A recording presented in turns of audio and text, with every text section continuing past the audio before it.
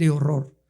Además, tenemos los campos de matanza que hubo en Camboya, el genocidio de Ruanda, en Uganda, en Rumanía, los crímenes en los Balcanes entre dos grupos étnicos, y además de todas estas cosas horribles creadas y desarrolladas por los seres humanos, tenemos también fenómenos naturales como huracanes, tifones, inundaciones y terremotos que arrasan a niños, a mujeres y adultos por todo el mundo. Y todas estas cosas tan espantosas a muchos seres humanos les hacen preguntarse, ¿dónde está Dios? ¿Dónde está Dios? Porque Dios, si existe, no lo impidió. Porque si Dios existe, no le importa detener las tragedias. La mayoría de los ateos que han existido y que existen en este mundo basan precisamente su incredulidad por su falta de comprensión a todos estos sucesos, que aparentemente en sus mentes ellos no pueden explicar, no pueden en su lógica filosófica determinar si Dios existe, por qué permite estas cosas, y eso es, repito, precisamente lo que los lleva a desarrollar la ideología del ateísmo. Pero vamos a hacernos algún número de preguntas en esta noche, porque vamos a contestar estas preguntas a la luz de la Biblia. ¿Realmente la existencia de las cosas inexplicables y de las tragedias es una razón para justificar que alguien no crea en Dios? ¿Es una razón para poder basar tu incredulidad? ¿Es la simple presencia de todos estos horribles sufrimientos que desgarran nuestro corazón lo que realmente contradice la existencia de un Dios bueno y amoroso? O sea, por el hecho de que tú no entiendes lo que está pasando y desde lo que desde tu punto de vista consideras como crueldad, es justificable que tú concluyas en tu bitácora y que apuntes en tu resumen o en tu diario personal, después de contemplar el mundo y el basurero que es el mundo y las tragedias del mundo, concluyo no puede haber Dios, porque de acuerdo a tu pensamiento, si Dios existiera, no permitiría tantas cosas malas que suceden en el mundo. ¿Es verdad entonces que la presencia del sufrimiento en el mundo significa la ausencia de Dios? O sea, por el hecho de que haya tanto sufrimiento, ¿esto implica que Dios no existe? ¿Es insuperable este obstáculo para tener fe? ¿Podrá alguien decir, yo no puedo tener fe mientras veo el mundo como se encuentra? Para creer con sinceridad en un amor que Dios manifiesta y en su omnipotencia, ¿tengo que pasar? Se preguntará alguien finalmente sobre la realidad del mal y del dolor a mi alrededor. Vamos a ver de qué forma nosotros vamos a responder con las Sagradas Escrituras estas interrogantes, cuestionamientos, incógnitas, aparentemente que no tienen explicación de acuerdo a la lógica elemental del ser humano. ¿De qué forma esta forma de pensar manifiesta arrogancia intelectual? Cualquier persona que acabe de hacer las preguntas que acabo yo de estipular y de establecer y verdaderamente crea estas preguntas que acabamos de hacernos, se llama arrogancia intelectual. ¿Por qué? Porque ¿cómo puede un simple ser finito como somos nosotros los seres humanos estar seguros de que en la infinita sabiduría de Dios Él está tolerando ciertas maldades de corto alcance a fin de obtener más bienes de largo alcance que no alcanzamos actualmente a vislumbrar? Me voy a ir más despacio y les voy a explicar lo que anteriormente en las otras conferencias hemos postulado. Hace 2000 años un hombre colgaba en una cruz, desfigurado, hecho pedazos, sanguinolento, un espectáculo horrible. Hubiera horrorizado a cualquier persona porque la muerte por crucifixión es de las muertes más horrorosas y tortuosas que un ser humano pueda atravesar. En ese momento, todas las personas hace 2000 años que se encontraban viendo la cruz del Calvario pensaban lo mismo. ¿Cómo puede este hombre llamarse hijo de Dios? Y si él es el hijo de Dios, ¿cómo puede su Padre, que es Dios todopoderoso, permitir que su hijo lo hayan despedazado en esa cruz? No, esto es imposible, porque si él fuera hijo de Dios, entonces podría responder cuando le gritaron, si eres hijo de Dios, desclávate y bájate de esa cruz. y sálvate y sálvanos a nosotros también. Y toda esa comunidad, toda esa sociedad cultural en aquel tiempo no entendía intelectualmente por qué ese hombre era el Hijo de Dios y cómo era posible que Dios dijera que amaba a su Hijo y que en el bautismo de Juan dijo, sobre mi Hijo tengo mi complacencia, en ese momento le hubiera abandonado. Pasaron cientos de años después de la crucifixión, tenemos ahora la Biblia y ahora nosotros somos de las pocas generaciones privilegiadas en entender que lo que para el hombre era una debilidad, lo que para el hombre era una insensatez, lo que para el hombre es locura, para Dios representaba la más grande sabiduría del universo. Porque lo necio de Dios, dice 1 Corintios 1:25, lo necio de Dios es más sabio que los hombres. Y lo insensato de Dios es más grande que la imaginación. Y lo que el hombre nombra débil, insensato, absurdo, locura, no lo entiendo, para Dios representa sabiduría. O sea que Dios escoge deliberadamente esta forma de actuar para enloquecer la sabiduría de los sabios. Vamos rápidamente a 1 Corintios. Los que hayan desayunado esta mañana lo van a entender. En 1 Corintios capítulo 1, dice la Biblia en el versículo 18, porque la palabra de la cruz es locura a los que se pierden. ¿Ven ustedes? Desde el punto de vista humano, desde el punto de vista finito, desde el punto de vista natural de mi pensamiento, no me importa que tengas 3 doctorados o títulos académicos o que te llames Carlos Sagan y que seas astrofísico y que seas un gran pensante. Desde el punto de vista bíblico, divino, espiritual, la mente del hombre finita es incapaz de alcanzar a comprender los pensamientos de Dios. Simplemente a nivel científico, un científico ateo es un científico limitado, porque la ciencia, el científico tiene que reconocer, tiene forzosamente un límite. Y si esa persona no considera que puede haber dentro de lo natural lo sobrenatural, se quedará siempre en el terreno de lo natural. Y sus experimentos que pasen o trasciendan lo natural serán inexplicables. Por ejemplo, el fenómeno ovni. Actualmente los astrofísicos y astrónomos y los que estudian al fenómeno ovni, si no creen que hay un mundo sobrenatural que está más allá del mundo físico visible, pues dicen, ¿verdad? Es que son extraterrestres y vienen de Marte, no sé qué tantas cosas. Y ahora los mismos físicos y los mismos astrónomos han demostrado que es imposible científicamente que haya vida en más de 500 millones de galaxias cercanas a la Tierra, por la velocidad, por el factor de la luz, por el factor del tiempo, por miles de cosas. Entonces, ¿cómo explicamos esa aparición en el cielo de esos fenómenos naturales que se llaman objetos voladores no identificados? La Biblia es un libro que nos abre lo natural, nos permite entrar a lo sobrenatural y nos revela que no estamos solos. Un mundo nos vigila. No es cierto. Dios dice en la Biblia que estamos rodeados de seres extraterrestres.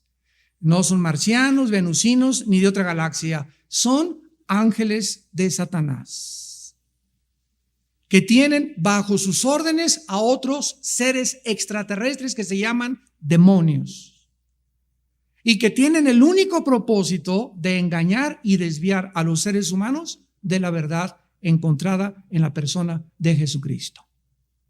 Entonces la Biblia nos abre este panorama y nos muestra que ahora sí, como entiendo que hay algo sobrenatural que trasciende lo natural, la Biblia es el único libro que nos explica qué es lo que sucede más allá de lo que la ciencia puede, limitada por sus investigaciones, descubrir o investigar. Y la Biblia es el libro que nos lleva a eso precisamente. Entonces la Biblia nos va a enseñar a transformar nuestra mente para que nosotros comencemos ya no a pensar ni a deducir como deduce y piensa el ser humano, sino como piensa Dios. Dice en 1 Corintios 2 que tenemos la mente de Cristo. Entonces dice 1 Corintios 1:18, la palabra de la cruz es locura a los que se pierden, pero a nosotros, los que se salvan, es poder de Dios.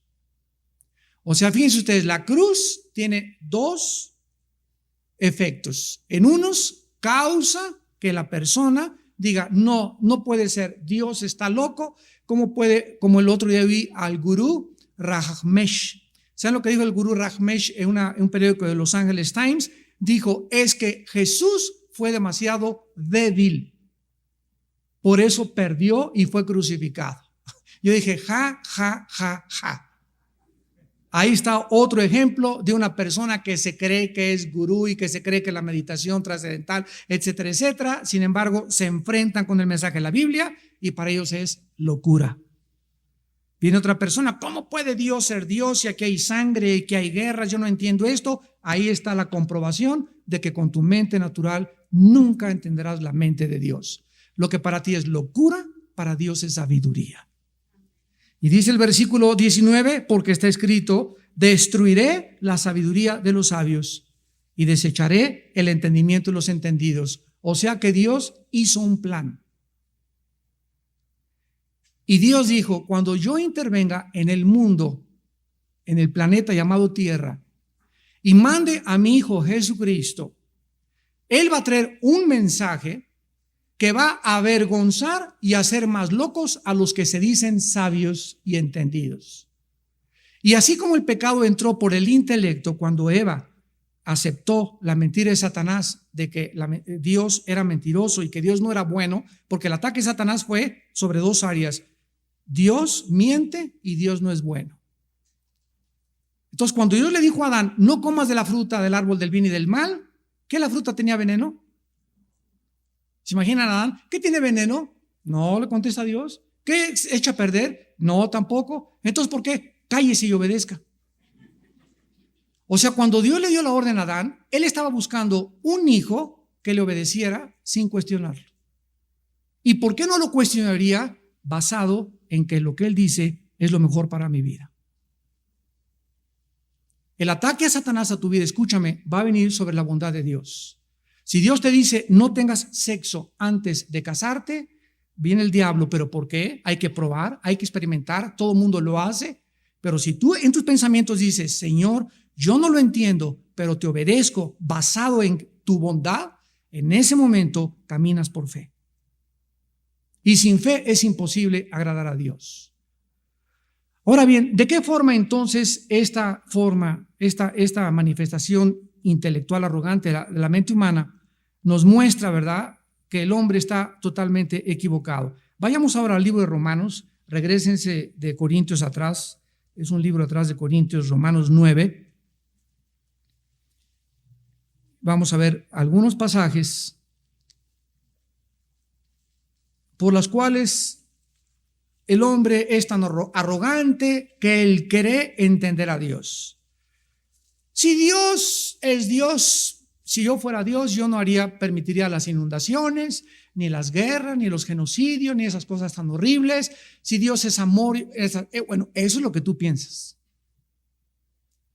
Pero Dios no piensa como tú piensas, sus pensamientos son diferentes y Él quiere que lo entendamos. Romanos 9, versículo 20 al 23, y dice, mas antes, oh hombre, ¿quién eres tú?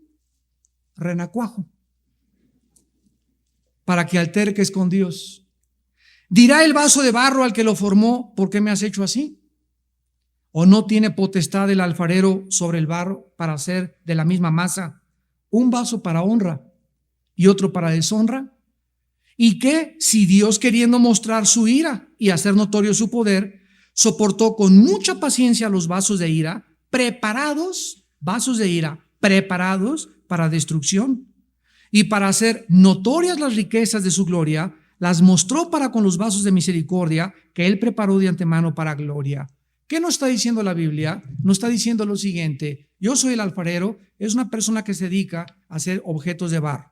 Entonces hago una cazuela de barro y le doy forma a la cazuela de barro, y entonces después de que hago esa cazuela de barro necesito meterla al horno para que el horno pueda ya solidificar su masa y pueda ya, etcétera, etcétera, hacerla ya estable y después sacarla. Mientras el vaso de barro está dentro del horno, el vaso, si pudiera pensar, diría: mi amo no me quiere, porque me está aplicando mucha presión, mucho calor. Ya, y comenzaría a gritar: sáquenme de aquí, sáquenme de aquí. Si tú fueras un vaso de barro, haría lo mismo. ¿Por qué? Porque no podría entender por qué lo metieron a ese horno. Si un oso cayera a una trampa y un cazador lo quisiera sacar de la trampa, por lástima de que el oso cayó en la trampa, el cazador trataría de acercarse al oso, y el oso, como no entiende que el cazador lo quiere sacar de la trampa, pelearía aún más contra el cazador, porque él no entiende cuáles son las intenciones del cazador. Si el oso tuviera la mentalidad del cazador, no pelearía contra él. Entonces el cazador decide poner una inyección y narcotizarlo. Y cuando se acerca a meterle la inyección, el oso pega más de gritos porque dice: ahora más mal me quieren hacer. ¿Ustedes creen que nosotros y Dios somos iguales a nosotros y el oso? ¿Tú te podrías comparar exactamente nuestra posición junto con Dios, con nosotros, con el oso, con nosotros? Nosotros, por no entender claramente el plan de Dios, creemos que para nosotros es malo esto, creemos que Dios no me quiere, creemos que si me quisiera no me haría sufrir, que si Dios fuera bueno no hubiera dejado que su hijo muriera en la cruz del Calvario, porque sus pensamientos no son nuestros pensamientos. Isaías 55, 8 y 9. Y sus caminos no son nuestros caminos. Entonces, ¿quién eres tú para que alterques con Dios? ¿Quién es ese vaso dentro del horno que le comienza a gritar al alfarero: sácame de aquí? Y el alfarero le sube más la temperatura. Entonces, Dios con nosotros trabaja exactamente de la misma forma. Nos permite que comencemos a conocerle a través de la Biblia. Ahora vayamos al libro de Job. Job tiene una antigüedad semejante al libro del Génesis. Es el libro más antiguo de la Biblia. Es el libro que contiene la más grande sabiduría de los secretos y de los misterios del universo. Hay un pasaje en Job donde dice: ¿hacia dónde irá el camino de la luz? La ciencia dice que la luz viaja, que la luz nunca está estática y que al contrario las tinieblas están siempre estáticas. ¿Qué cosa es las tinieblas? La ausencia de luz viajando. ¿Quién le dijo a Job hace miles de años que la luz tenía un camino y que la luz viajaba? Increíble. Y así hay. Job también hace preguntas, ¿verdad? Que el centro de la tierra es fuego, que la tierra cuelga sobre nada. Explicó Job el ciclo meteorológico de la evaporización del agua miles de años antes de que la ciencia ni siquiera comenzara a hacer sus primeros pininos en descubrir todas estas verdades. La Biblia ya las establecía en el libro de Job. Ahora miren aquí en Job capítulo 36. Job 36, versículo 22 y 23. Y antes de leerlo, Job 36, versículo 22 y 23. Antes de leerlo, quiero recordarles esto. ¿Por qué los más grandes secretos del universo y de la ciencia y de la sabiduría y de los misterios se encuentran en el libro de Job? Porque Dios se lo reveló al hombre que más ha sufrido. O sea, ¿habrá una relación entre el sufrimiento y la revelación de Dios? No. Simplemente es que cuando nosotros recibimos conocimiento de Dios, sin estar al mismo tiempo quebrantados en nuestro espíritu, el conocimiento siempre te hará arrogante. Ya vamos entendiendo la arrogancia de la maldad. El conocimiento envanece, el amor edifica.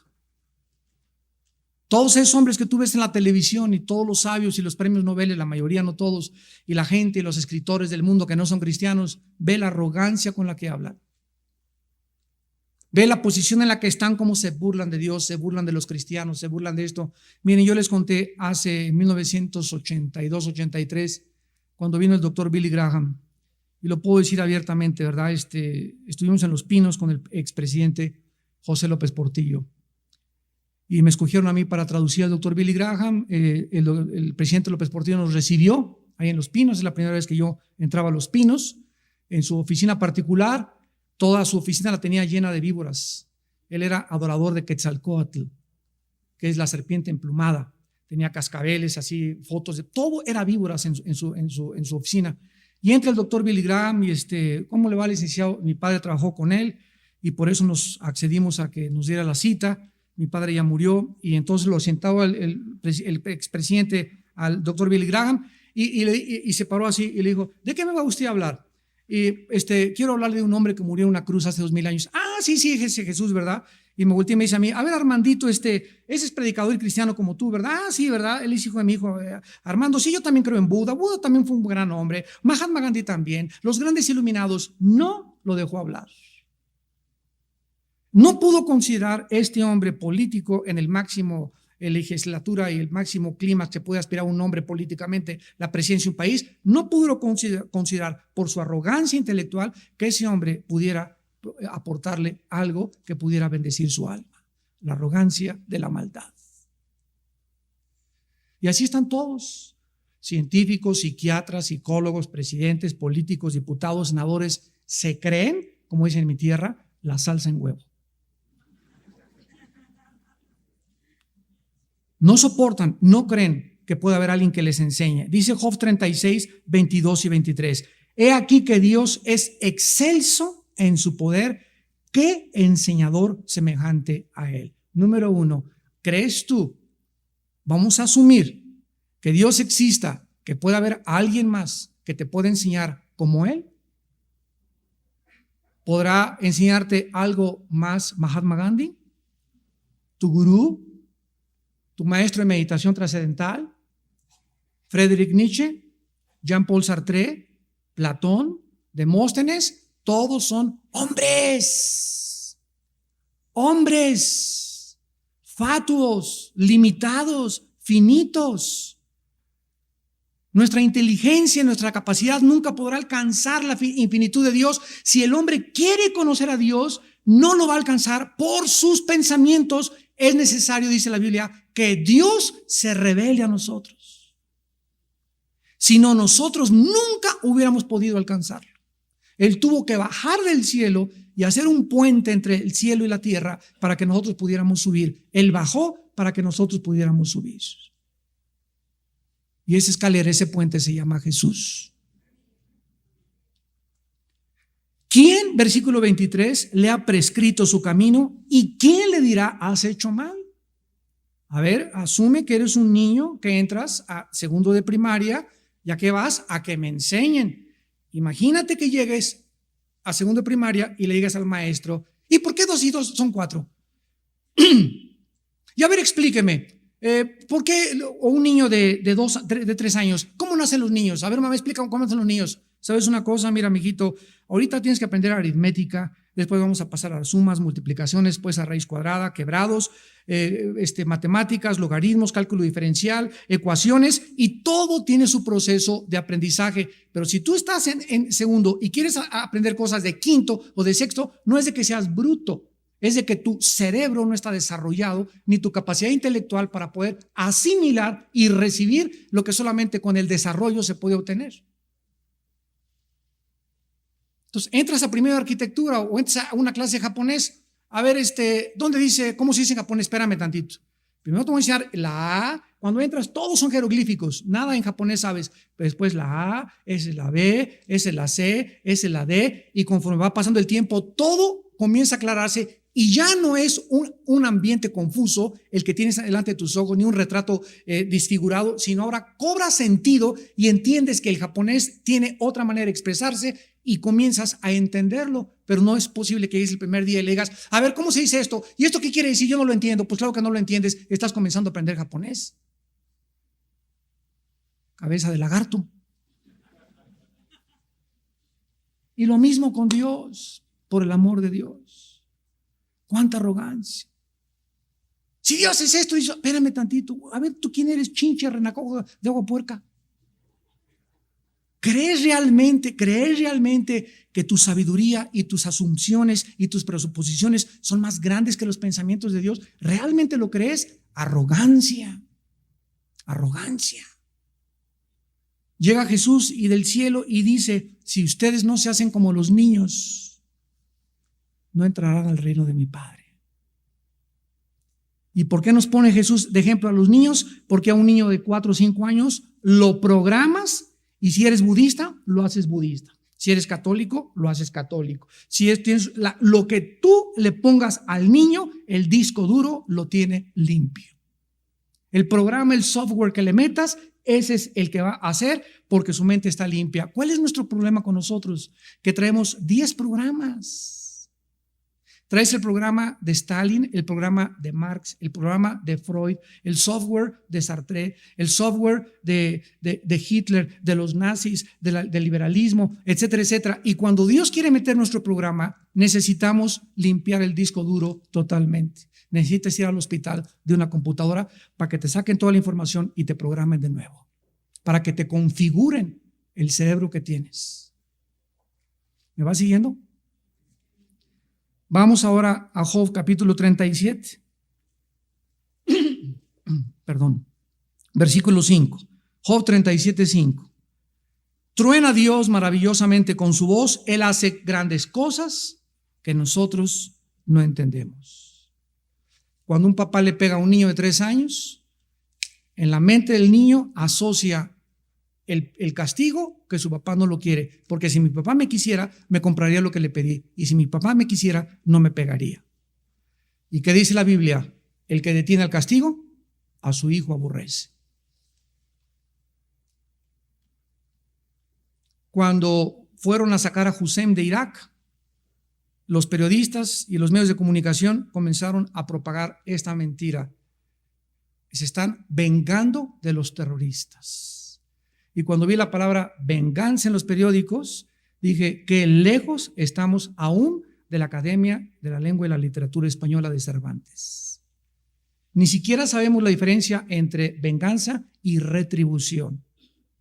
Cuando la policía va a Tepito a buscar a los criminales o a buscar a un secuestrador, no se están vengando de los secuestradores, están buscando traer a la justicia a los que son amenazas a la sociedad. Y eso no es venganza. Y cuando comenzamos a definir los términos y a entender cómo se ha alterado la forma de pensar, ahora le llaman al adulterio una cana al aire. Al robo, el comunismo le llamó expropiación. Al crimen, eliminar por causa del Estado. Y cuando comenzamos a hacer los huevos con jamón y tocino y les echamos crema de la de nosotros, y comenzamos a hacer nuestro propio omelette y nuestra propia definición y nuestra propia filosofía, comenzamos a darnos cuenta cómo la arrogancia de la maldad trata de ocultar y racionalizar nuestras acciones para poder justificarnos. De acuerdo a la investigación del FBI, en todos los estudios que los criminólogos han hecho en Estados Unidos, no existe un criminal que no se crea bueno. No soy tan malo, maté a 30 y quienes han matado a 40. Malo Hitler, él mató 6 millones, yo me eché como a 50 nada más. Cuando entrevistaron al Mocho Orejas, dijo, yo no tengo absolutamente ninguna mala conciencia de lo que hice. Para mí era algo que aceleraba todo mi sistema nervioso, el secuestrar. Y era una necesidad como la droga. Así confesó este hombre.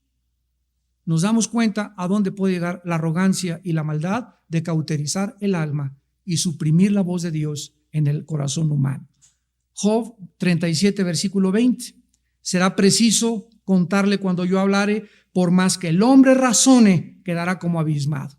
Por más que el hombre razone, quedará como abismado. Job 40, versículo 2. ¿Es sabiduría contender con el omnipotente? El que disputa con Dios responda a esto. ¿Es sabiduría? ¿Por qué haces esto? ¿Por qué haces aquello? ¿Será esta una actitud sabia de un ser humano? Si yo fuera tú, no hubiera permitido estas cosas. Esta persona está mostrando una arrogancia. O sea, ¿qué es realmente la arrogancia? La arrogancia es creer o actuar con prepotencia, arbitrariedad, creerse suficiente, creer que el mal pagará bien, que el mal va a triunfar, que nada me pasará, que no necesito a Dios y que Dios no me ve. Esto es la arrogancia intelectual de la maldad. ¿Es sabiduría ponértela al brinco a Dios? Más bien, ¿no sería más honesto, tanto filosófica como racionalmente, tomar esta actitud? Padre, no entiendo qué pasa en el mundo. Es un basurero el mundo, Señor.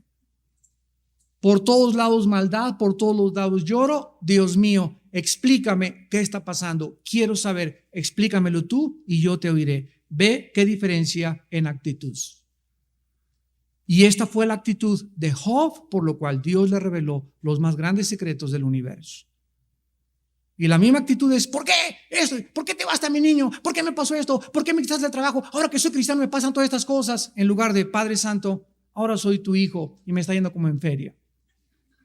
Explícame, Señor, pero yo en paz me acostaré y así mismo dormiré, porque Jehová es mi pastor, nada me faltará. Esta actitud de confianza en la bondad de Dios hace que tu mente se abra. Baja del cielo una paz que sobrepasa el entendimiento, y mientras son peras o son manzanas, mientras entiendes y no entiendes, Dios te mantiene con paz en tu corazón. No necesitamos siempre respuestas, necesitamos tener paz. Porque la paz nos va a ayudar a soportar lo que no entendemos. Dice en Job 40, versículo 8, ¿invalidarás tú también mi juicio?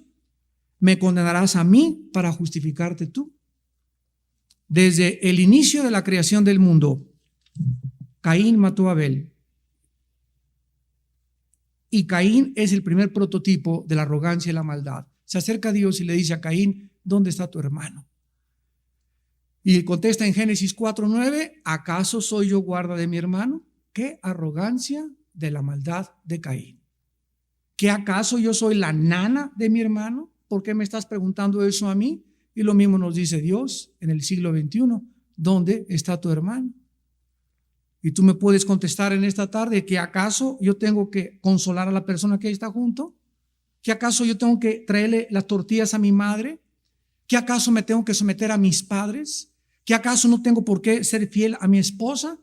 ¿Dónde está tu esposa? A mí no me importa, tengo otras mujeres en mi mente y soy adicto a la pornografía. Cuando comenzamos nosotros a permitir que la arrogancia invada el corazón, comenzamos a volvernos extraños en nuestras relaciones interpersonales. Y comenzamos a deshumanizarnos donde no me importa nadie más que yo. ¿Cuántos cristianos, no levanten la mano, van a las iglesias? Es que me voy a otra iglesia porque aquí nadie me ama. Ando buscando una iglesia donde me amen, donde me den Coca-Cola, palomitas, sean buenos, vayan a mi casa, me visiten. Sin embargo, si tú tienes esa actitud y esa perspectiva de la vida cristiana, es la razón por la cual eres tan desdichado y tan miserable. Porque Jesús no vino a servirnos, ¿sí? No vino a que lo sirviéramos, sino nos vino a servir. Entonces tú vas a una iglesia no a esperar a que te amen, sino a buscar a quien puedes amar. Es que estuve en el hospital y nadie vino a verme, porque cuando tú estabas sana, ¿a quién fuiste a ver al hospital? Estoy en la cárcel y nadie me ha venido a visitar, y cuando eras libre, ¿fuiste a visitar algún preso? ¿Algún orfanatorio? ¿Algún asilo para ancianos? Lo que sembramos, recogemos. Y finalmente, vamos a acabar en Apocalipsis 9 y veamos en Apocalipsis 9, para terminar, la arrogancia al final del mundo en la que los hombres van a acabar. Dios nos ha dado demasiadas evidencias de su existencia. Cada vez que el diablo ataca mi mente personalmente y me dice, no, Dios no te ama, o Dios no te va a sacar de esta, o Dios no se preocupa por ti, o Dios no te va a sanar, etcétera, siempre recuerdo, cuando no entiendo por qué me robaron mi carro, por qué asaltaron mi casa, por qué me pasó esto, en ese momento apodérese de ti y ármate de un solo pensamiento: la cruz. La cruz. Inmediatamente Jesús en la cruz. Jesús en la cruz es la prueba más grande que Dios me ama. Y no entiendo, y sigo sin entender muchas cosas en la vida, pero una cosa sé: Él me ama. Y todas las cosas que aparentemente ahorita yo creo que son malas para mí, Él las va a convertir para mi bien. Y mi confianza en esa bondad en Dios me da paz para vivir. Me sostiene, me anima, y el Dios de esperanza me llena de todo gozo y paz en el creer, para que mi esperanza nunca muera, porque Él es el Dios de la esperanza. En el libro de Apocalipsis 9, versículos 20 y 21, veamos el último cuadro de los seres humanos. Después de todas las tribulaciones y las plagas que van a caer sobre este mundo. Dice Apocalipsis 9, 20 y 21, y los otros hombres que no fueron muertos con estas plagas, ni aún así se arrepintieron de las obras de sus manos, ni dejaron de adorar a los demonios y a las imágenes de oro, de plata, de bronce, de piedra, de madera, las cuales no pueden ver, ni oír, ni andar. Y no se arrepintieron de sus homicidios, ni de sus hechicerías, ni de su fornicación, ni de sus hurtos.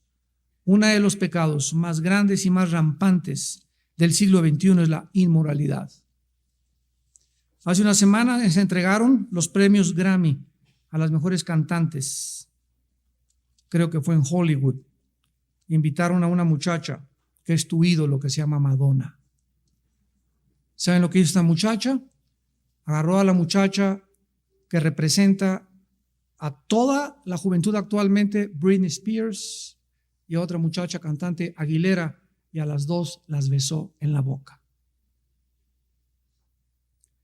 Los mismos periodistas, todo el mundo se quedó así. ¿Qué es lo que va a pasar? Que ahora se va a convertir en algo normal que las mujeres se besen en la boca, porque Madonna lo hizo a las dos más grandes cantantes que representan al mundo artístico en el mundo. ¿Y qué es lo que está haciendo el diablo? Tomar mujeres como ella, como Michael Jackson, políticos, filósofos, a través de los cuales expresar una nueva ideología, un nuevo estilo de vida, que son las gentes que más el mundo adora e idolatra, y hacer las cosas que parezcan normales cuando Dios le llama a la homosexualidad y al lesbianismo pecado. Todos los que practican estas cosas, dice la Biblia, no heredarán el reino de Dios. Pero es la degradación a la que el mundo ha llegado. Leí los comentarios al otro día en los periódicos, todos eran favorables. Qué buen tino, qué trancazo se aventó Madonna. Qué bárbara, hace cosas inventivas que nadie se la sacó, de un as que sacó de la manga, y qué muchacha más creativa. Le llamaron creatividad a el inicio de una relación lesbiana. Ahora es creatividad. Y así el mundo seguirá, tal como dice la Biblia, y no se arrepentirán, a pesar de todo lo que está sucediendo a nuestro alrededor. Esto se llama la arrogancia de la maldad. Oremos.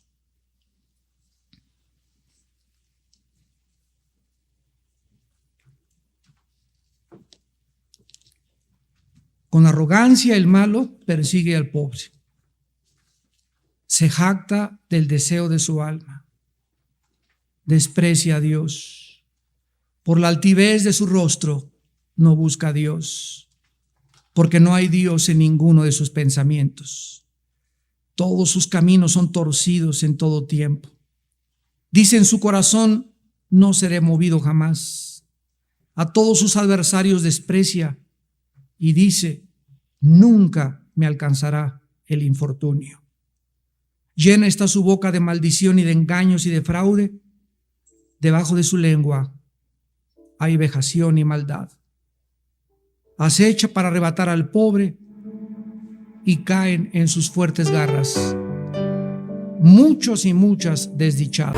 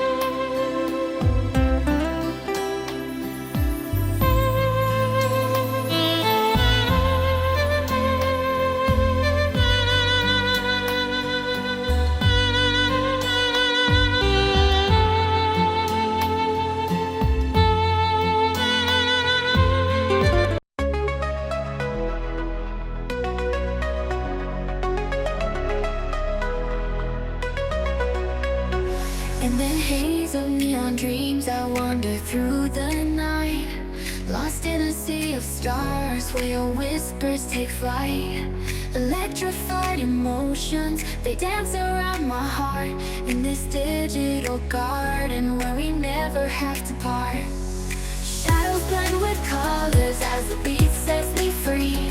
Every note a memory, every rhythm you and me. Echoes of you in the synth waves, feel you near in the pulsing haze. Inside your world where we collide. You lost the rhythm in my mind, in my mind. With the glow of city lights, our shadows intertwine in this kaleidoscope of love where the past and future align. With every step I take, I feel your presence strong, in this digital symphony where our hearts belong. Shadows blend with colors as the beat sets me free. Every note a memory, every rhythm you and me. Echoes of you in synth waves, feel you near in the pulsing haze. Inside your world where we collide. You love the rhythm in my mind, in my mind.